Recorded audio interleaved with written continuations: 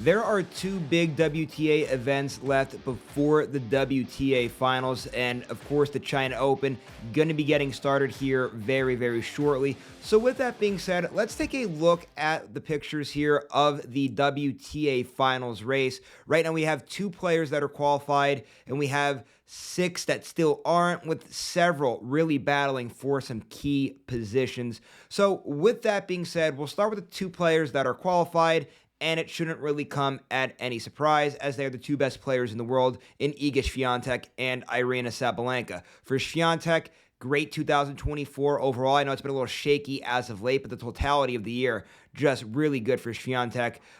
Winning in Qatar for the third straight year. She wins in Madrid. She wins in Rome. She won Indian Wells. Of course, the big one, too, being that French Open, winning that one. Just something that she's been so good at, winning there at Roland Garros yet again. Then you have Sabalenka, who won the Australian Open in the earlier part of the year. Now here in the later part of the year, wins at Cincinnati, big WTA 1000 win there. Then, of course, she also wins the U.S. Open, finally getting that U.S. Open championship. Not to mention, she also made the finals at Madrid and Rome, where she lost to Swiatek. So those two ladies, not really surprised that they're not only the top two players in the world, but they're the two players that are qualified. Now, here's where things kind of get interesting. Elena Rybakina has not had a signature win yet here in 2024, yet she's number 3 in the rankings, because Rybakina still has put a pretty good body of work. She made several deep runs into tournaments, lost a few finals. The majors haven't been the prettiest for her. She had to miss the U.S. Open, but still pretty decent body of work. But Rybakina really needs some sort of signature win for confidence and for people to kind of maybe give her a little bit of respect on the name. I think she still has it, of course, from winning that Wimbledon championship, but this 2024 here has not been the prettiest for Elena Rybakina. Then here's also where things kind of get interesting a little bit, because nobody probably had Jasmine Paolini on the radar. Paolini, with those great showings in the early to mid parts of the year, she's in a very good spot here at number 4. Paolini, remember, she won her first WTA 1000 event earlier in the year, winning at Dubai. And then everybody thought, would that be a one-hit wonder? No, it wasn't. She makes the French Open finals, losing to Swiatek.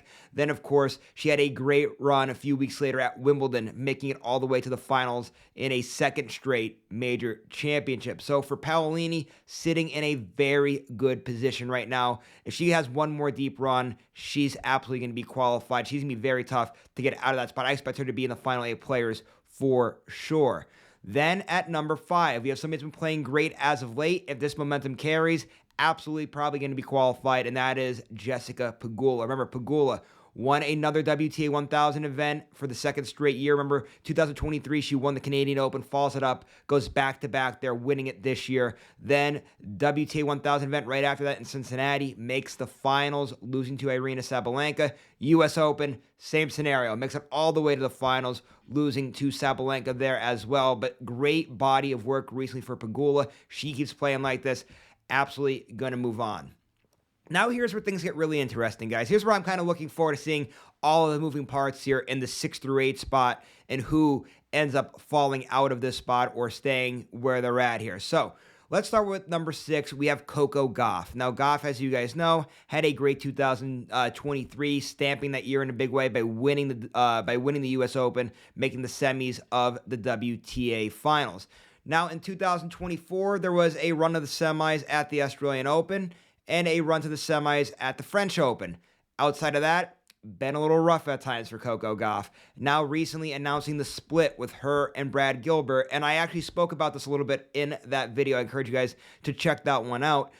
For Gauff, right, being at number 6, being that she hasn't played well, being that she just split up with her coach, interesting and vulnerable spot here for Gauff. She has to put a body of work together. If she's going to lose early in tournaments, she's going to be in jeopardy here of losing a spot. She has some wiggle room, but not much. Gauff needs to play well here at the end of the year, because right on her heels, right behind her in the 7th spot right now is Emma Navarro. Navarro's beaten Gauff a few times this year. Navarro's been playing great, not only as of late, but putting a great 2024 together. Really love the game of Emma Navarro. She's going to be a tough out on any surface. And look out for Navarro the way she's been playing as of late, making that semifinals at the U.S. Open there, looked great in that tournament. I would not be surprised if Navarro leapfrogs Gauff at all here.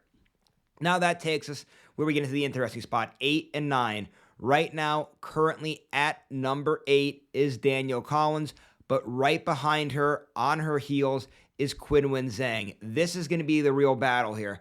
Could both of these ladies get in, or is one going to flop the other one here? I mean, they are very, very tight with the amount of points that they have, and both have experienced highs of highs and lows of lows. For Qinwen Zheng, making to the finals of the Australian Open. Obviously, winning that Olympic gold medal was really big for her as well. Had a pretty decent showing at the U.S. Open. Collins had some very good showings as well in tournaments. Won a few WTA 500 events, and of course, the big one, winning that WTA 1000 event in Miami earlier in the year. Which lady wants it more here at the end? Who's going to make that big push to get the final spot there? So as you guys see, 6 through 8, and well, really 6 through 9 in this case, everybody pretty close together. Who's going to step up here for the end of the year? Can't wait to see who the final 8 players are going to be when it's all said and done.